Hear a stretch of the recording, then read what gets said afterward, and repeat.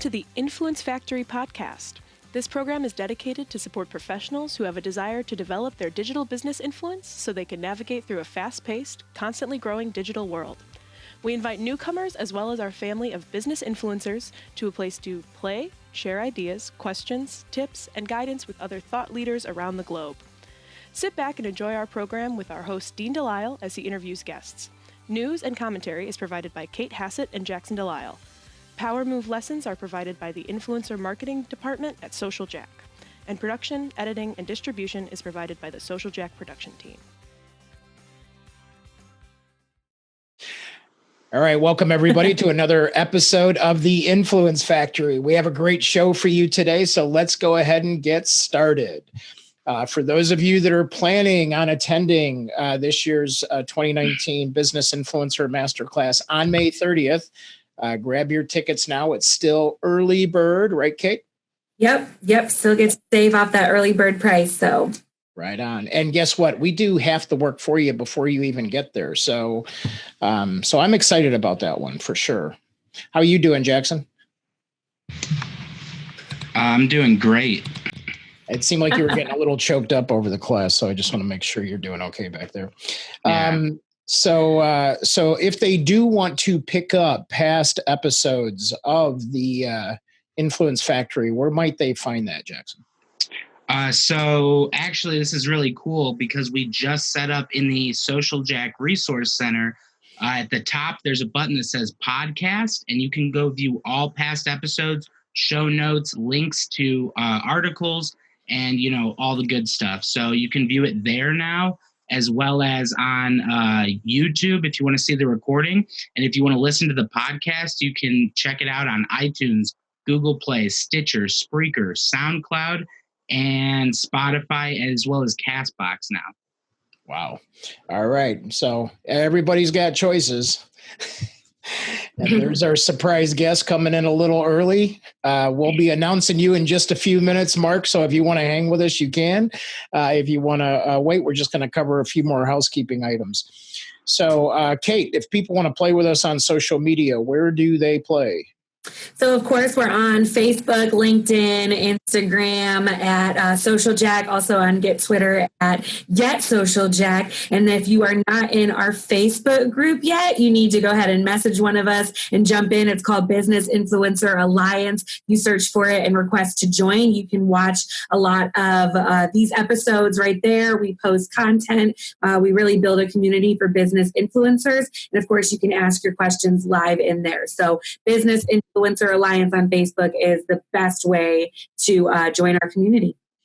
Right on. And since we have our special guest in early, this is a first time ever, and we're always about the power of authenticity and first times. I'm going to actually introduce Mark and let him join us in the news segment. How about that? We've never, ever done that before. So what the heck? It's a first. So this week's influencer guest is the founder of VU Dream, marketing and brand agency founded in Boston, Mass., one of my favorite cities. To pub crawl, working with startups, individual corporations, and help customers imagine new future realities in fields of emerging technology like virtual reality and like this podcast. So, Mark, welcome on with us today. Thank you so much for having me for the first ever guest news segment. Right. And then, all right. So listen, today's influencer news update is about 8 steps to more effective social media marketing strategy. We're not going to cover them all, but I'm going to let Jackson lead this out, and Kate and Jackson, you go for it. And we may chime in. Mark and A may chime in depending on how this goes. Yeah, so we have, 8 steps. We're not going to cover all of them like Dean said, but, we're going to touch on some of the most important ones that we think are the most crucial in the article. Step 1 is just set 3 SMART goals. These are goals that are specific, measurable, attainable, and relevant, and time-bound. So this is, for example, get 100 more subscribers on YouTube in the next 30 days. It's measurable, and it's time-bound, and it's achievable. So that's going to be a big one when you're outlining your effective social media marketing strategy.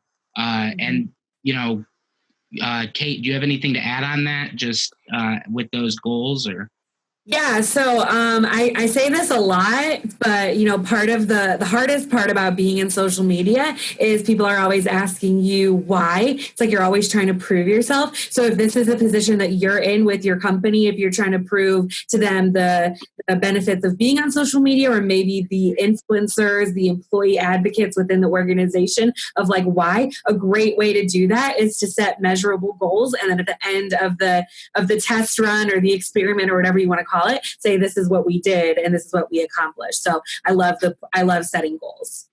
Yeah, and I was thinking, like, part of our 90 days to influence program, we set milestones and goals up front with the client, and then we create those measurable activities along the way. And then at that 90-day mark, Jackson, to your point of time bound, we're really looking to help that person accelerate, from that point forward, now that they're launched. And Mark, you've got an agency going over there. What do you think about setting those SMART goals up front? Yeah, I think it's really smart. The way that we do it is we do 30-day SMART sprints where, you sort of reverse engineer and understand, what exactly needs to be done each day in order to make this goal, the sprint, an actual success in our eyes, based on the company, the team, the employees, individual inputs. And I find that when you can kind of break it down into that SMART sprint, that is not just like, okay, we're going to do this for a month, but it's actually tied down and say, okay, on Tuesday at 10 a.m., we're going to do this, this, and that. And then when you do that, it really just sets sort of the pathway up to have those big successes for sure. I love that. Yeah, nice. Yeah. So you want to grab one more of these here? Yeah, moving down the list, we have conduct a social media audit at step number 4. And then, so that's going to be going through and doing reviews and seeing, where your strong points are in your social media presences. So on LinkedIn, Twitter, Facebook. And, following it up kind of goes hand in hand as step number 5 was setting up accounts and improving. This is the part I want to stress, is improving existing profiles. So after you've done that audit, making sure, where are your strong points, where are your weaknesses, you go in and you improve on those weaknesses, and you really leverage those strong points, those, the points that are, really good, like your LinkedIn summary. If that's good, then, maybe make a few tweaks here and there, and then move down and, keep, updating and improving constantly, like we're always saying. I know Kate does a lot of work with this. Do you have anything to say on that?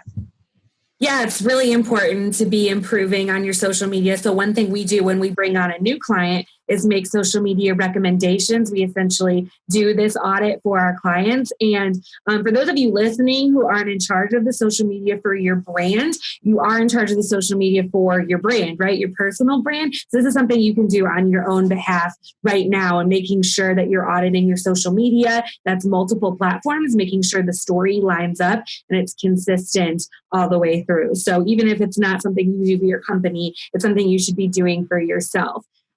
With that in mind, another thing on this list that I think is really important I want to touch on is creating a social media content calendar. With that, creating a social media map. So a lot of times, when you look at social media strategy as a whole and you're like, oh, it's so overwhelming and you're posting this and you're doing this and you're engaging here. Essentially, it's just a recipe, right? You're subconsciously training your audience to expect the same kind of posts from you. And that's brand awareness, and that's training them in the long run. So we really recommend creating a social media map, what you're going to post and when, and then letting yourself get creative and imaginative and changing up the content each and every day. So if that's something you're looking at adopting and executing for yourself, check out the Social Jack Resource Center. We have map examples, also social media content calendar examples, which will help you plan day by day what you're going to post, where, and on what platform. So those are some great resources free for your disposal. Yeah, that's great, Kate. Thanks for that. And, I wanted to remind everybody, and Kate just did that, about making sure that as we develop the tools for our workshops, it's really interesting to have some sort of at least a starting point and a pattern and create a theme and a consistency for your audience so they can actually know, what you're doing and when you're doing it and sort of feel that there's a level of, play and spontaneity, but there's a structure to it too. So, you can have both of those things. And we explain that in the map. And then, Mark, I'm sure you use similar things like that as well, right? Yeah, 100%. I mean, personally for me, what I've really been interested in is, the concept of, I do think that companies and brands should have an omni-channel approach and being on Twitter and Instagram and being everywhere they possibly can. But then I think it's a matter of, identifying all these sorts of moving pieces in this ecosystem and seeing like, oh, wow, it turns out that we're actually getting better leads, better traction from Instagram because we've got a product that is, the main audience is on Instagram. And so I totally love everything you guys just said. And I just think like a follow-up piece is just realizing, is there sort of like a killer communication channel that maybe is working exceedingly well for your business and then just tripling down on it a little bit more than the others? Yeah, absolutely. And that segues into, obviously on the list, also testing, evaluating, and adjusting and moving the bandwidth based on channels. But another thing that it mentioned that I don't want to pass up is that you have to learn your audience. And this is something we talk about all the time in marketing. And I know I say to my team is you talk to your audience like you know them because you do. And so if you're seeing that trend and you're adjusting your message through the audience like channels, what he just said about being omni-channel, you speak to your different channels differently and the audiences that hang out on those channels differently. And that'll help you not only reach the goals, but adjust, evaluate going forward. So thanks for chiming in on that. Yeah, for sure. All right. Yeah, so that's all for the influencer news update this week. Make sure to check out in the Facebook group. We'll be sharing out this article. And then in the Social Jack Academy, the show notes are already up if you want to check those out after the show. And then we will, upload the missing pieces like the, links and other discussion topics that we talk about throughout the podcast. And then if you want to subscribe on all our channels, you'll get notified when we upload new content. And if you would like to see other content that we discussed during this segment, make sure to tweet to me at Jackson Delisle on Twitter, and I will make sure to get those articles on here so we're talking about relevant topics to what you guys are looking for. All right. And then Kate, where else can they play with us on social? On Facebook. Also, we'll be live tweeting this. Shout out to Emily. She's on Twitter right now at Get Social Jack using the hashtag Influence Factory. And then also in our Business Influencer Alliance Facebook group, you can play with us live where we're broadcasting and ask Mark your questions during the interview. All right. Well, Kate and Jackson, we'll see you on the other side. And I'm going to go ahead and reintroduce Mark. As we break into this next segment. Like I said, nothing like spontaneous podcasting. We'll get into that in a minute. All right, this week's influencer guest is the founder of VU Dream, a marketing and brand agency founded and operating in Boston, Mass., one of my favorite cities to hang out in, working with startups, individuals, and corporations to help customers imagine new future realities in the fields of emerging technology like virtual reality and podcasting, like this podcasting. So I want to welcome my podcasting coach out in the world, Mark Metry. Thanks, man, for coming on with us. Dean, you're doing a great job, man. It's such an honor to be a part of this. Yeah, thank you. Well, hey, man, you were our coach, and I want to thank you again. It was just by chance finding, a lot of times when you're searching, you're like, how do I pick the person that we're going to count on and rely on? And you've been amazing as part of helping to formulate this podcast. So again, I want to thank you. This is part of your creation too. So thanks. Appreciate that. Now, so you were born in Boston and first generation immigrant from Egypt, which I think is cool, and man, it's like, I think of Boston, it's almost like, the border towns that are like even New York and things like that, where families come in and that's when they make their start. And sometimes they move inward and westward and sometimes they just hang. So is your whole family there? Yeah, man. So, I mean, my parents left everything behind. They left their family and they just came to America to give me and my sister a better life, hopefully. Wow. Yeah. And it seems like you've taken full advantage of that because now you're one of the top 100 podcasts with Humans 2.0. So that's super cool. Now, before we get to that, I was intrigued because at the age of 7, you went on local public television after winning an art competition. So what was that like? You're 7. Come on. Great digging around, man. I've never been asked that question. So I remember just in one of my classes, there was some kind of an art competition where whoever draws the best, whatever it was, drawing, I think they got a prize. I don't even know that you would go on TV. I was a super, super, super shy kid. And it's like when the teacher said my name and I won that art competition, I was just like, oh crap, I'm going to go on TV. And I remember showing up there and my mom came with me. And I literally was so nervous. I didn't say a single word. I literally just stood in front of the camera and I literally just held up the paper, the drawing, and I just walked away. It was so funny. I'm going to maybe try to find footage of that, but it was hilarious. That is funny, and Jackson's in theater and Kate's had her adventures through radio and we've all had that moment.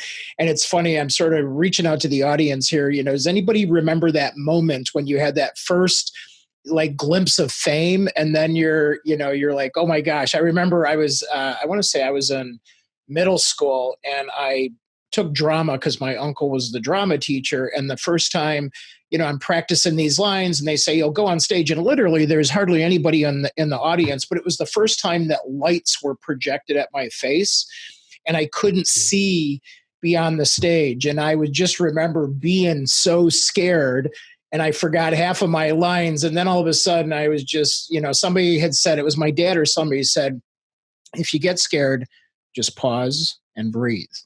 And so I just remember doing that. I think I'm in 6th or 7th grade.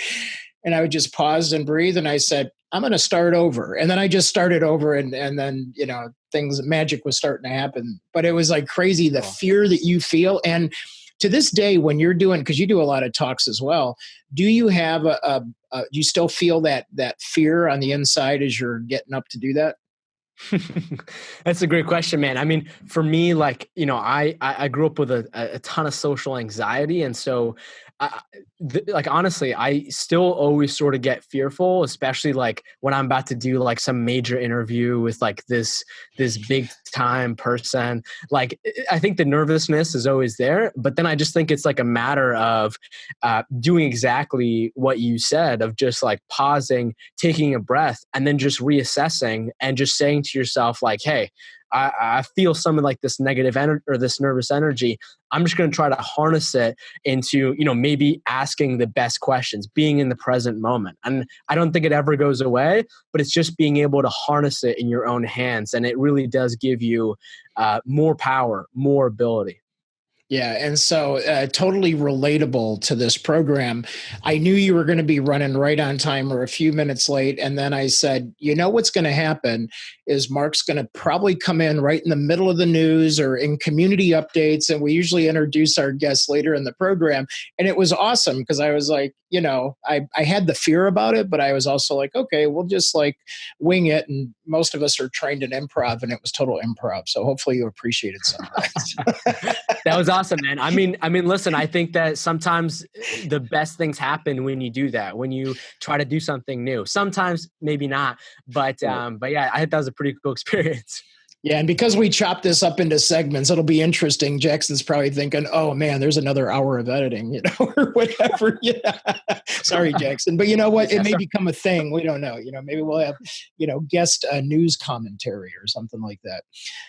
But so as we look at, what's interesting is, take you to current state. You're interviewing Seth Godin, and you're just like on top of it with all these podcast interviews that you're doing. But that's sort of where you're at today. So how did you, did it start at the age of 7, or when did you get this bug? Like all of a sudden, you said you had social anxiety, and then all of a sudden you're like, bam, you're doing podcasts, and you had some things occur that were almost like a pivot to put you in that path. Can you share some of that with us? Yeah, absolutely, man. So, I grew up as a totally normal kid. I had my issues like social anxiety and like some other things. We've all got our own, fears and insecurities.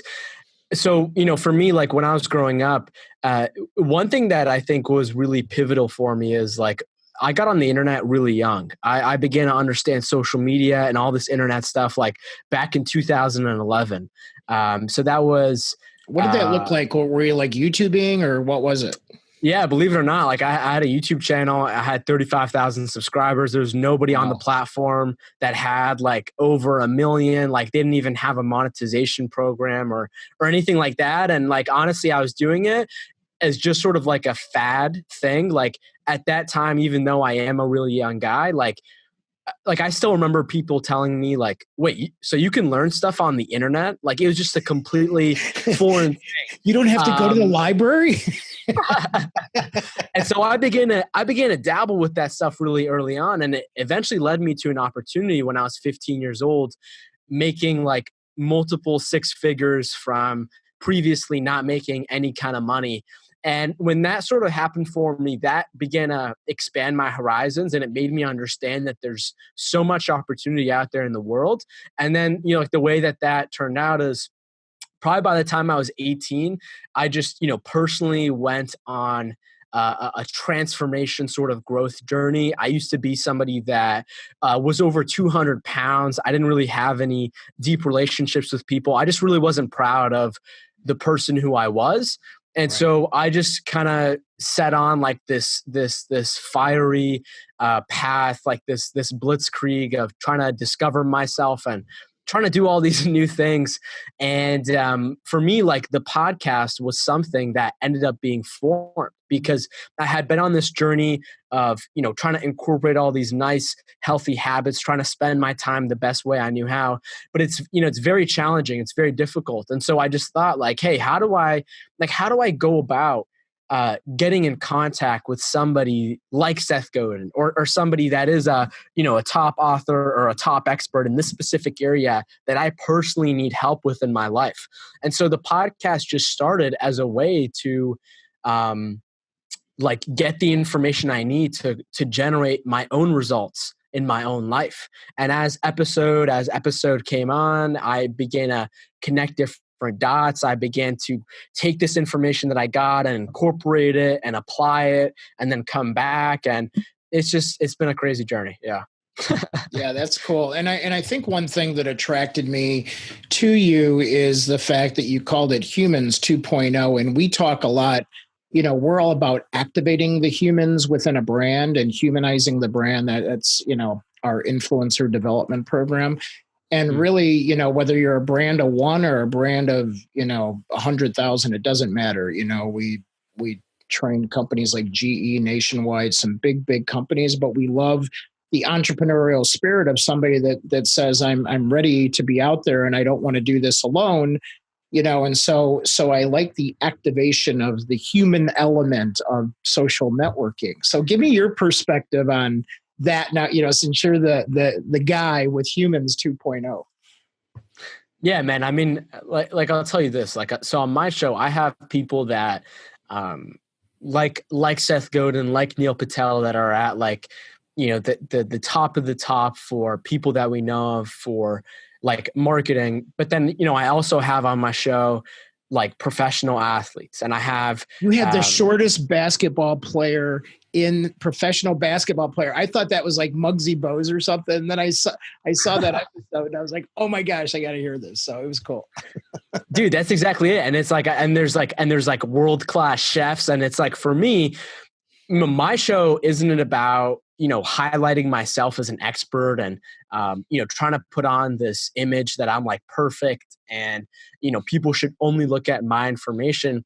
I'm just trying to put other people on, not because they need it, but just because simply I need it. And it's like, if I can go into a conversation, no matter who that person is, no matter what industry they are, no matter what field they're in, and tap into like this common human denominator that I know for the most part, people listening, whether they're dads or accountants or I don't know, mechanics or they're marketing people, they're going to be able to tap in and get something out of it. And it's like, what I've learned, man, is like social media, all this podcasting stuff, what it's really doing is the most powerful kind of content is providing a mirror to the other person. It's somebody that's looking at their phone and they see a post that maybe asks them an indirect or a direct question, and they just like, they think about it. And like that takes up sort of like cognitive real estate in their brain. And then they actually begin to, think and care. And then I think if you extrapolate, that's what leads to people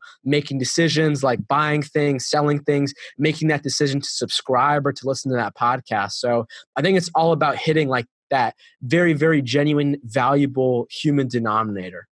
Yeah, I love that. And we've always, sort of talked about, we've always talked about the power of authenticity, about being real and authentic and genuine. And so what's cool is we've always had our loyal folks that jump onto the live segments, whether it's on the Facebook channel or it's on, Zoom. And over the years, we've always had sort of this lunch and learn approach. And both my parents were teachers.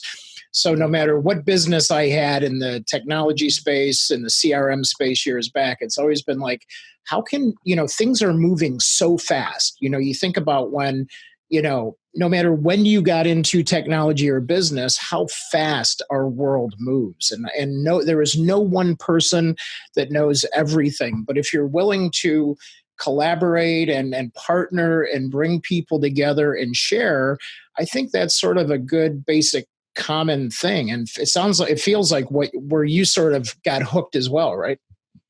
Oh yeah, man. Yeah, 100%. I mean, like I learned very, very fast in my business that, it's not about being the jack of all trades. It's just about like getting the smartest people, getting the best person at whatever it is that you do, and recruiting them, just like you said, finding a way to collaborate or partner, because that's what I think life is all about. I don't think that we're born as I don't think we're born as people that are just gifted and able to do everything. I think it's about, I think we're born with like maybe one or two or maybe even three things that we're really, really, really exceptional about. And then it's just about, filling the other pieces of the puzzle. I think it's about, if you look at a baseball team, like, you can't be the pitcher and the receiver and the catcher. You can't be all these different positions at the same time. And it's just about,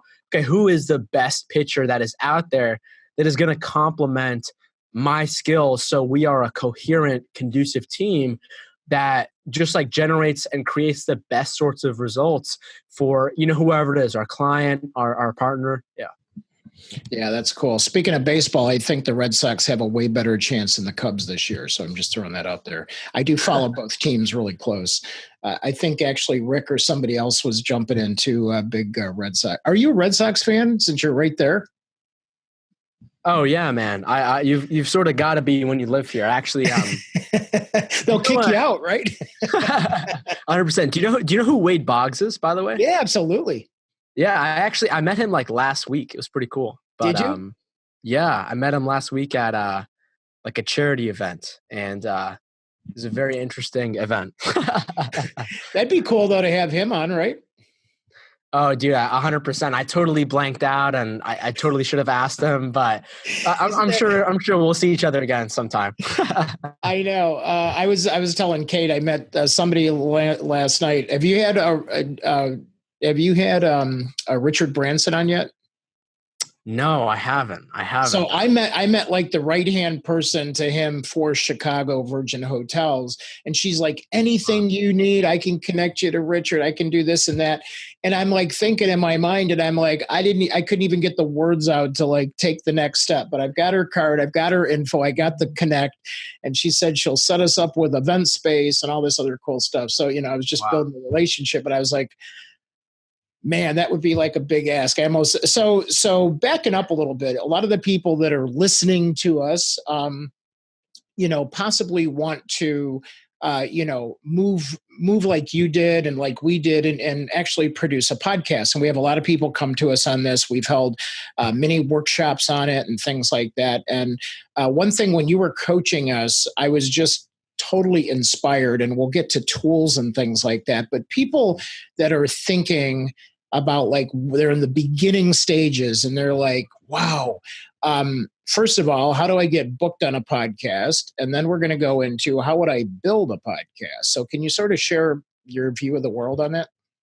Yeah, absolutely. So I think that with 2019, we're living in, I think every single kind of company, organization, personal brand, they've got to have some sort of a podcasting strategy.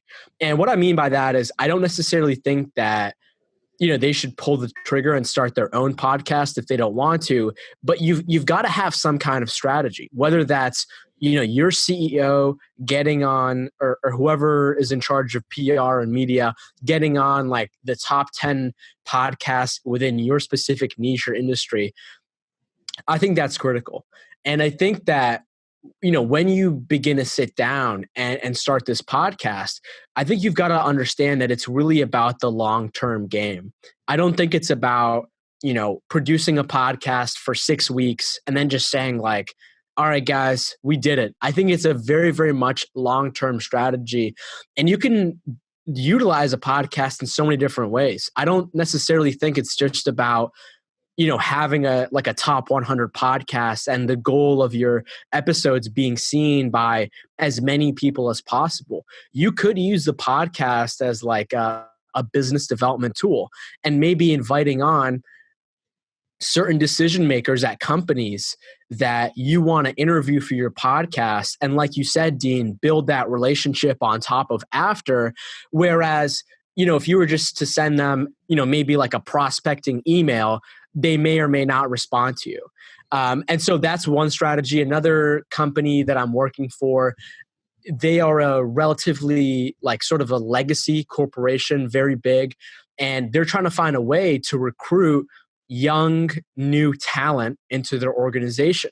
And so their podcasting strategy was like, okay, what if we have our CEO, right, start a podcast about, not this specific industry, but like they're in the real estate industry, but talk about, human potential and human improvement, and talking about like the real underlying deep sort of like tectonic plates that are under each human, because we know that a lot of younger people listen to podcasts as well as old, and they might be interested in that. And if they see sort of like the insight of what the CEO is talking and doing, that might help them, recruit and apply to, get a job at that company. Like I know a company here in Boston, very well-known marketing company, Drift. They do a ton of chat bots. They have events, and I was actually at one of their events once, and I was on one of their cruises after, and I was actually talking to a mom of one of the employees, and she was telling me, oh yeah, my daughter works at this company because she first found out about them through the CEO's podcast, which is called Seeking Wisdom, which has nothing to do with marketing or any of this stuff. So it's like real estate. Yeah, right. Exactly. 100%. Yeah, no, that's brilliant, and I think that's what it is. It's about, the human potential. I mean, that's what we see, is that glimmer in every person when we shake their hand. It's like, oh my gosh, they have this powerful untapped network, and then we'll find out nuggets of someone's story, and we're like, people need to hear about this, And we, the saying, everybody says you have a book in you, and so it's one of those things where we like to just let people know that we love hearing your story and we want to know more about you. It's that interesting factor, or human curiosity factor. And I love that you focus on mentally healthy lifestyle. I think in a world of tons of technology and a lot of technology going on, that we just need to focus a little more, on our well-being, if you will.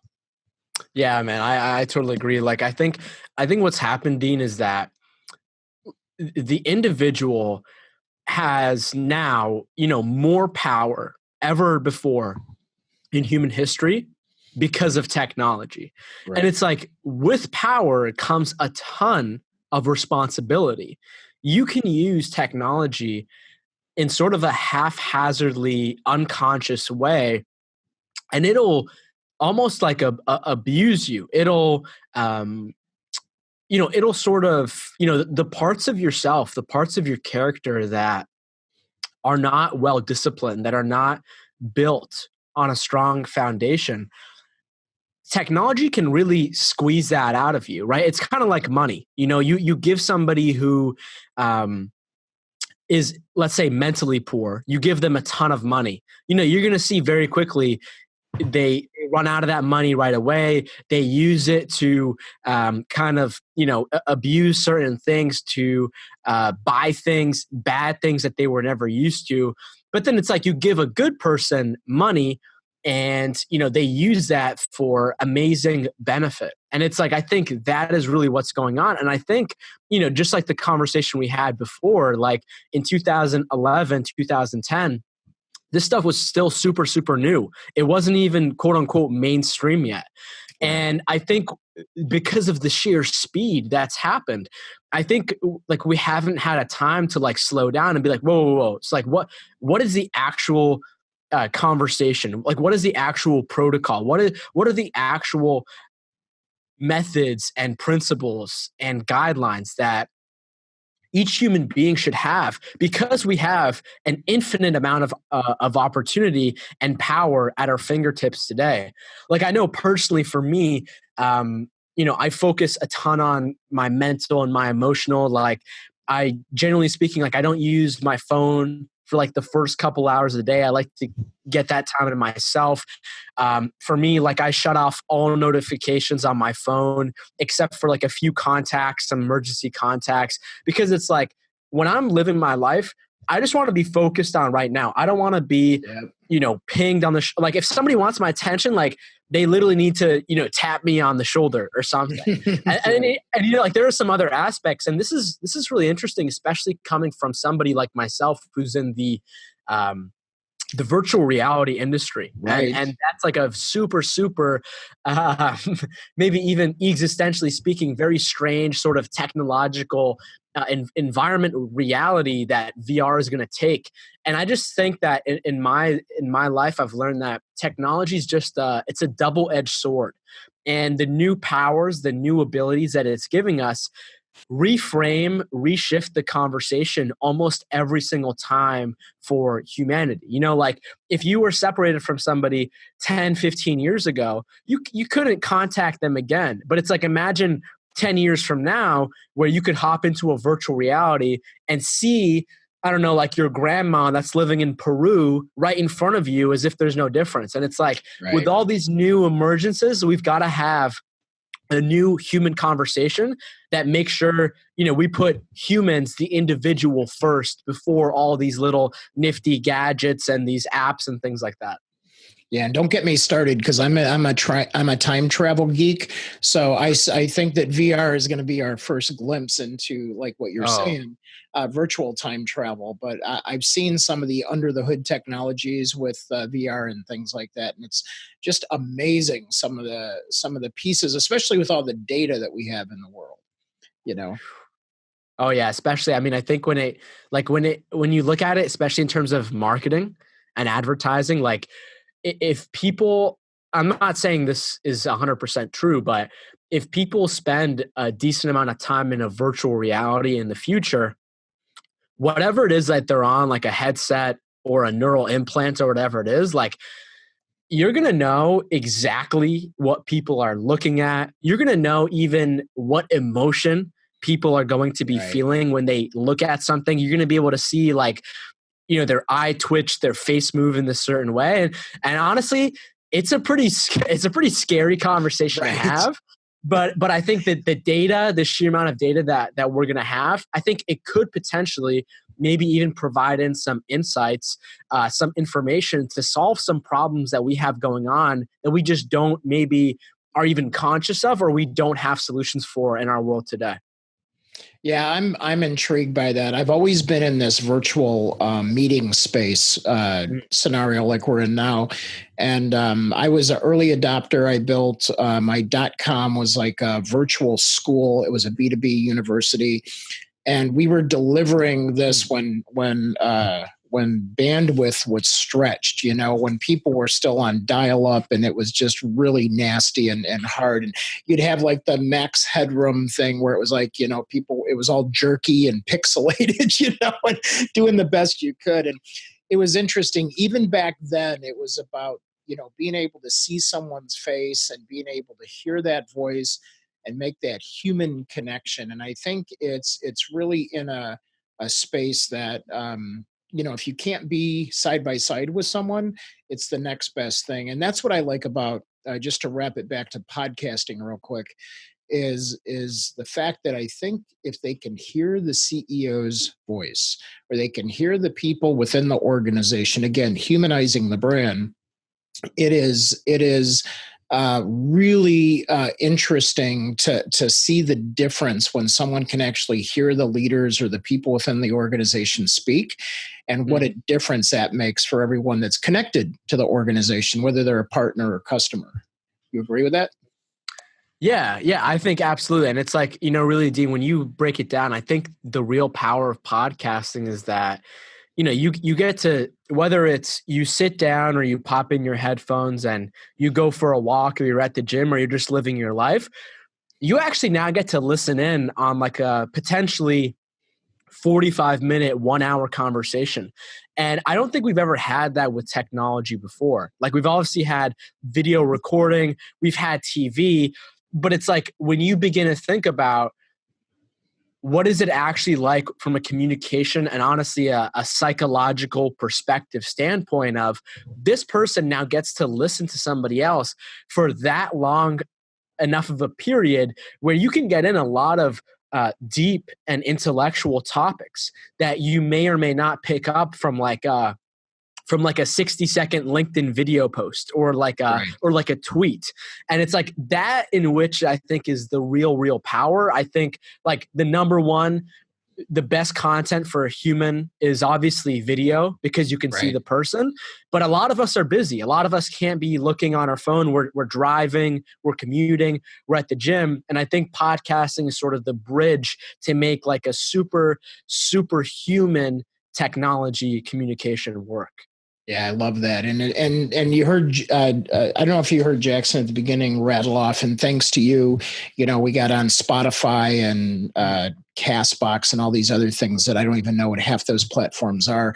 But it's just funny that it's by convenience that we all connect and attach to ways that we get our entertainment or our news today. It's a whole different world. And I think to have that voice in the world is again such a great connector. In fact, with our team, Kate talked about this little community that we have for the Business Influence Alliance on Facebook, and it's sort of a fun little playground and sandbox. And we invite clients and members and our interns and other people to just practice. Come in there and practice a webcast or a Facebook Live or whatever it is that you want to play with.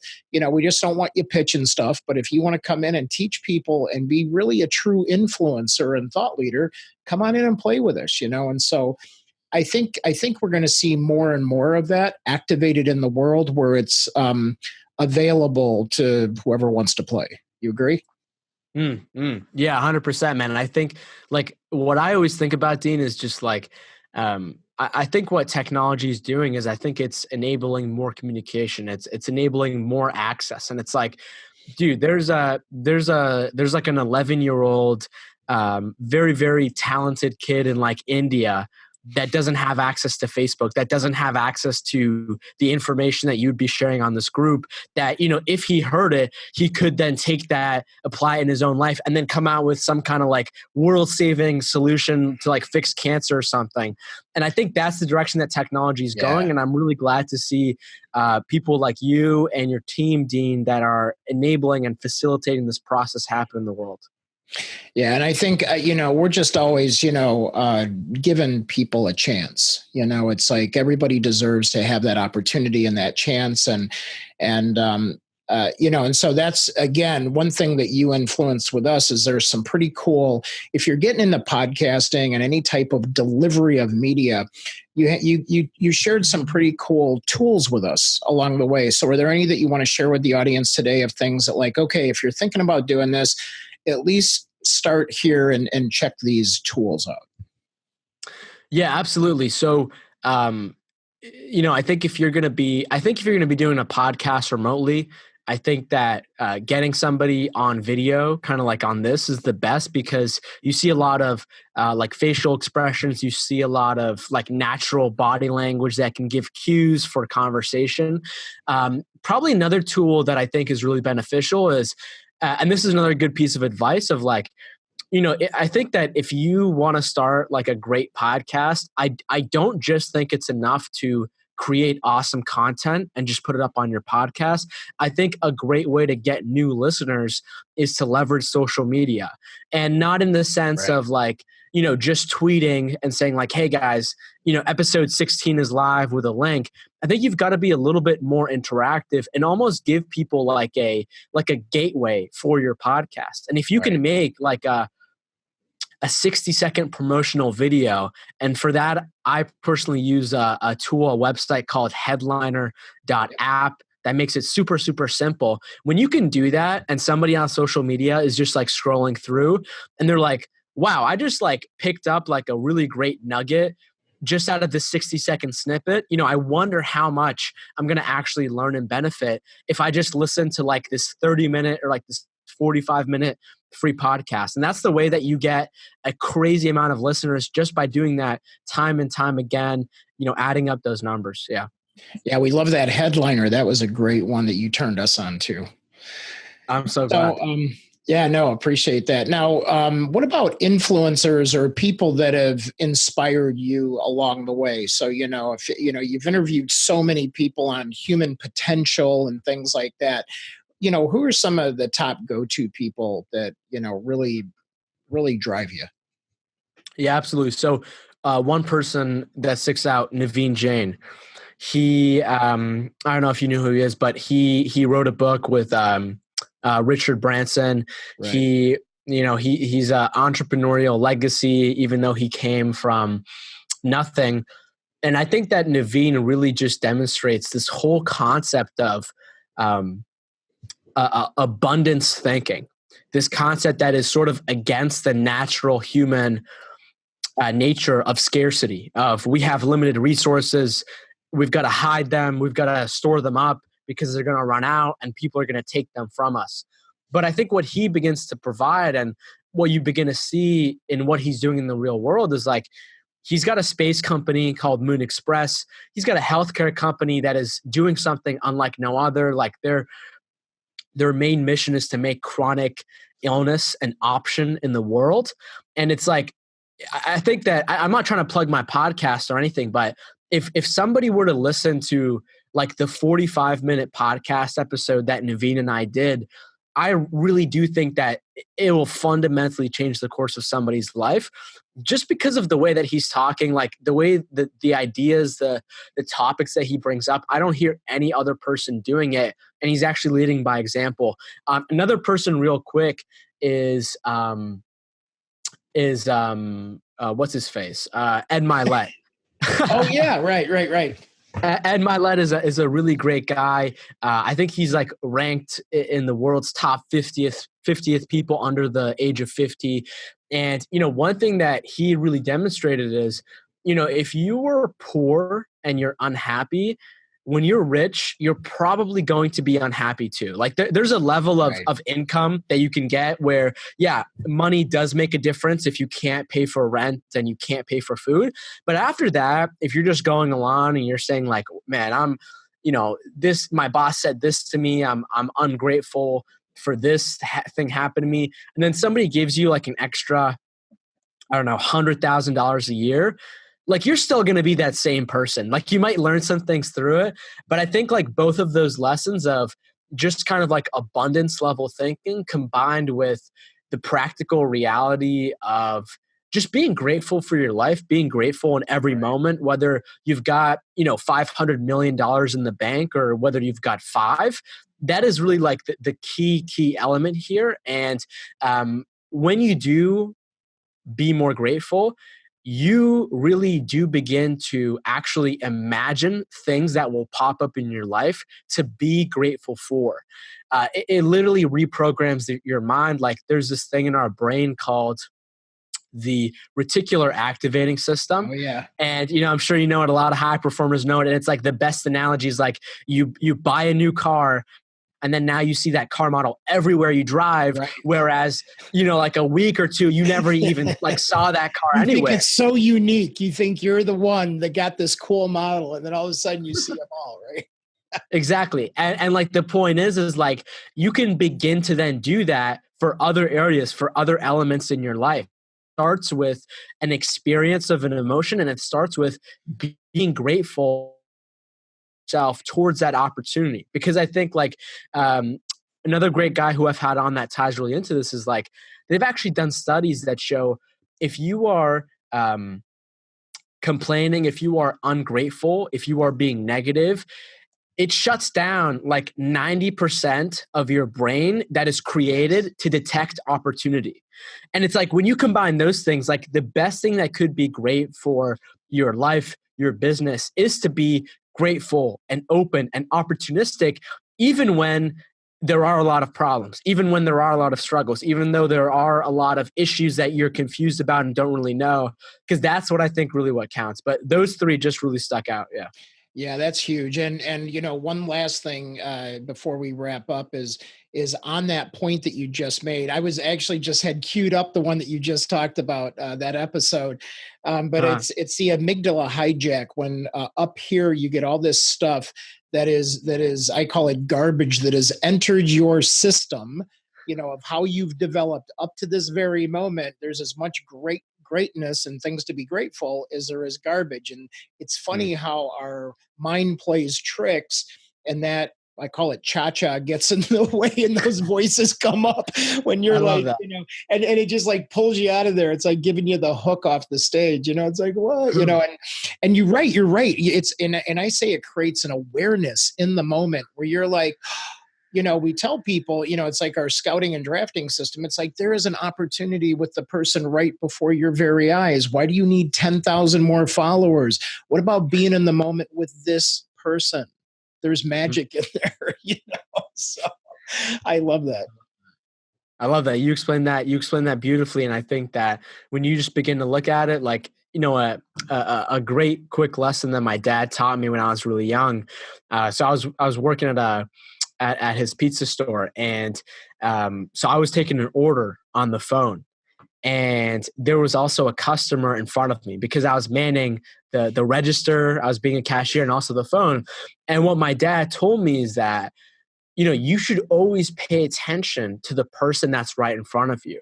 I think that's definitely applicable for most of the cases, maybe not all, but it's like, when in front of you, you've got an opportunity, you've got a customer, and it's like, it's important to really nail that down before you go ahead and like take another order or get on the phone with something else. So I think that for me is just really, really, really pivotal, and for a lot of other people in their own lives, 100%. I love the way that you articulated that. Yeah, thank you. Thank you so much. All right. So with that being said, before we let you go, I'm going to invite Jackson and Kate to jump on and share some things that they learned along the way. And then I'd like the listeners to really, Rick Gosser chimed in and said, gratefulness begins in the mirror, which I love that. It's like, bam, it's right there, right? Just be grateful for you. So a shout out to Rick on that, who is emotes positive energy all over his posts on the internet and has been a member of ours for quite some time. And so I'd like people to start chiming in, whether you're in the podcast on social, but if you are grateful, put it out there, man. Tell people, I really appreciate so-and-so. And we have something on Fridays we call the gratitude post. And it's tell people, just pause on a Friday and think about someone you met this week and thank them. Give them a public shout out and go, thank you so much for that inspiration, And so we love that. But Kate, how about you? What did you get out of this?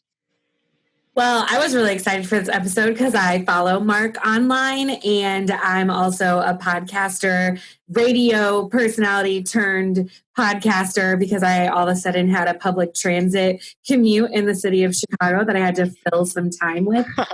Work emails.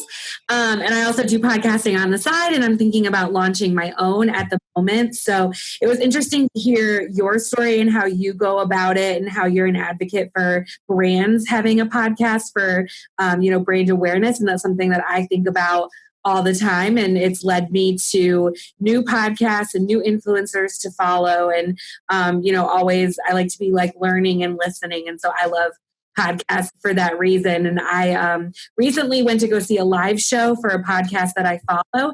And I tried to get them to sign my book that they had written. And I said, I'm a fellow podcaster. And their response was, oh yeah, like who isn't these days? I think your outlook on it is so different and how you can use it as your voice as opposed to just, there's a difference between using it to get your message and your voice across and your brand as opposed to just like an outlet to hear yourself talk. And so I love how you kind of frame that, and it's in line with, our values here and our values that we coach to our clients. So just thank you for sharing that with us. Wow. I love that. I love that so much. Yeah. Jackson, how about you? Yeah. The biggest part for me was just, something I try to live by is just paying attention to the person in front of you. The fact that you said it really resonated with me because that's something I work really hard at because, through Monday through Friday, you're getting tons of emails, you're bouncing between different projects. And then, when people are on the phone, it's like, all right, hurry up, but like, you got to sit down, you got to think, okay, I got to be in the moment. I have to be with this person.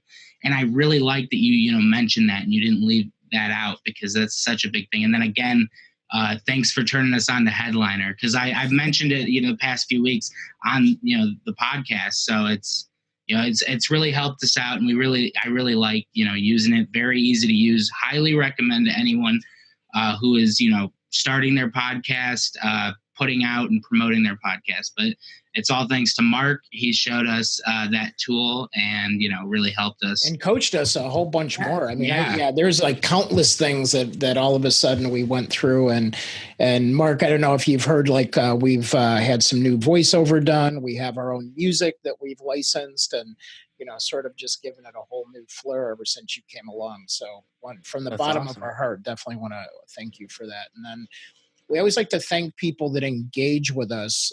We like to shout those people out, and we give them a Starbucks gift card. So we're going to announce that here in a minute. And for all of you that are out there listening, Mark has inspired or touched you in some great way here. We want to make sure that you share that with somebody that you care about. Be that influencer, be that thought leader, and really pass that on. And we're going to link all of Mark's websites and social media sites. It's easy. It's markmetry.com. It's the website's easy, but we want to make sure that you follow him and listen to some of his podcast, amazing interviews. And we really appreciate that. But please make sure you pass what you learned on today and share that with somebody else, or maybe even on social media. We love shout outs out there, right, Mark? So give Mark a good shout out there. And Jackson, who's our two Starbucks winners today? This week in the Zoom platform, we have Carlene Lewis And then on Facebook Live, we have Adam Feather. So congratulations. And remember the Wolf of Wrigley. Oh, Wolf of Wrigley. Yeah. So remember to take something you've learned from this podcast and, share it with whoever you decide to, share that Starbucks gift card with. So, yeah. Right. Keep on giving. Keep on giving. All right, Mark. Well, from all of us here at the Social Jack Studios to you out there in Boston, Mass. And I can't wait. I have a new friend to visit when I come back out there. So, and if you're ever in Chicago, hit us up. We'll make sure you get taken care of. Definitely. So thank you, Mark. And thanks to everybody out there that's listening. And we look forward to seeing you generating more influence online. Thanks, everybody. Bye. Woo.